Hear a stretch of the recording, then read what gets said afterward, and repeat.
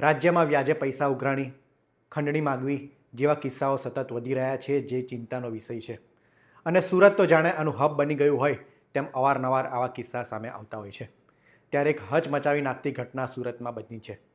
વેસુ વિસ્તારમાં મૂળ બિહારનો પરિવાર છેલ્લા 2 વર્ષથી રહેતો હતો. બાળમુકુંદ ખેતાન નામનો વ્યક્તિ પોતાના પરિવાર સાથે રહેતો હતો અને શેરબજારના વ્યવસાય સાથે તેઓ જોડાયેલા હતા. ઘરેથી જ કામ કરતા હતા. આ વ્યક્તિ છેલ્લા ઘણા સમયથી વ્યાજખોરીના ત્રાસના કારણે પરેશાન હતા.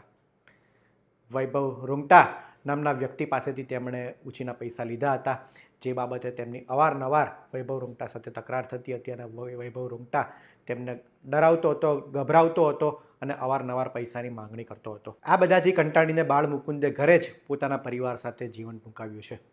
ઝેરી પીણું પીને તેણે પહેલાં આ વ્યક્તિએ પોતે ઝેરી પીણું પીધું અને ત્યારબાદ પત્ની અને નાના 2 બાળકીઓને પણ આ પ્રકારની ઝેરું પીણું આપવામાં આવ્યું.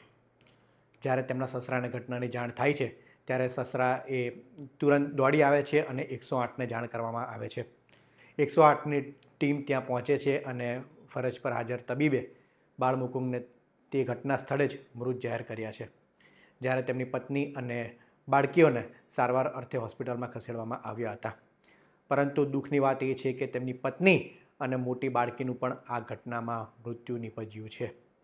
ખૂબ જ આઘાતજનક આ ઘટના છે. આ ઘટનામાં જે આરોપી છે તેનું પણ નામ સામે આવ્યું છે. પોલીસે તપાસ કરતાં તેમના રૂમમાંથી એક ચિઠ્ઠી પણ મળી આવી છે, જેમાં વૈભવ રૂંગટે સામે ગંભીર આરોપ લગાડવામાં આવ્યો છે.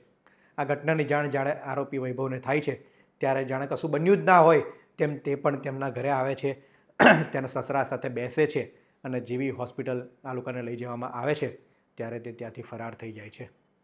હાર પોલીસ સમગ્ર મામલે તપાસ કરી રહી છે. સસરાએ પોલીસ મથકે ફરિયાદ નોંધી છે.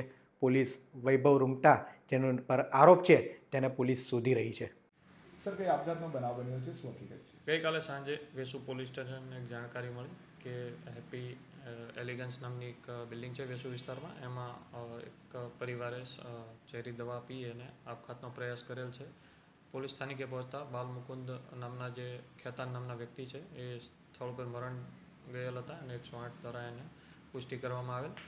બાદ એમની પત્ની જે છે પ્રિયંકાબેન અને ભવ્યા અને પાથવી નામના 2 બાળકીઓ છે એમને દવાખાને એડમિટ કરવામાં આવેલા હતા. જે પૈકી પણ પ્રિયંકાબેન અને મોટી દીકરીનું આજે સવારે અવસાન થઈ ગયેલું છે. અને આ બાબતે અમે વેસુ પોલીસ સ્ટેશનમાં વૈભવ રૂંગટા નામના એક વ્યક્તિ જે છે એમની વિરુદ્ધમાં ગુનો દાખલ કરેલો છે. જેમના ત્રાસથી આપઘાત કરેલો છે એવી એક સુસાઇડ નોટ એમના પરિવારજનોને મળેલી છે. એના આધારે અમે એના વિરુદ્ધમાં ગુનો દાખલ કરેલ છે અને હાલ તપાસ ચાલુ છે. બાળમુકુંદ ખેતાન પોતાની પત્ની અને 2 દીકરી સાથે રહેતા હતા.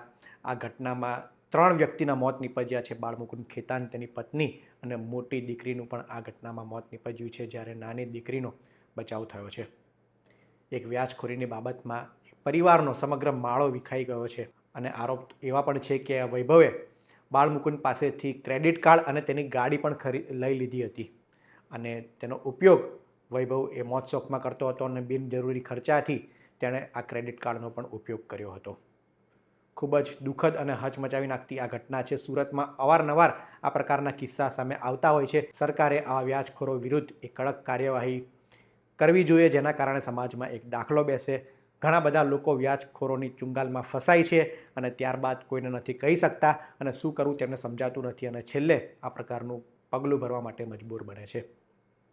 સમાજના લોકો સતત એ ચિંતાયુક્ત જીવન તેમનું બની રહ્યું છે, ત્યારે સરકારે પણ આની સાથે ઝુંબેશ ચલાવવી જોઈએ અને લોકો આ રીતની વ્યાજખોરોની ચુંગાલમાં ફસાય નહીં તે માટેની કામગીરી કરવી જોઈએ.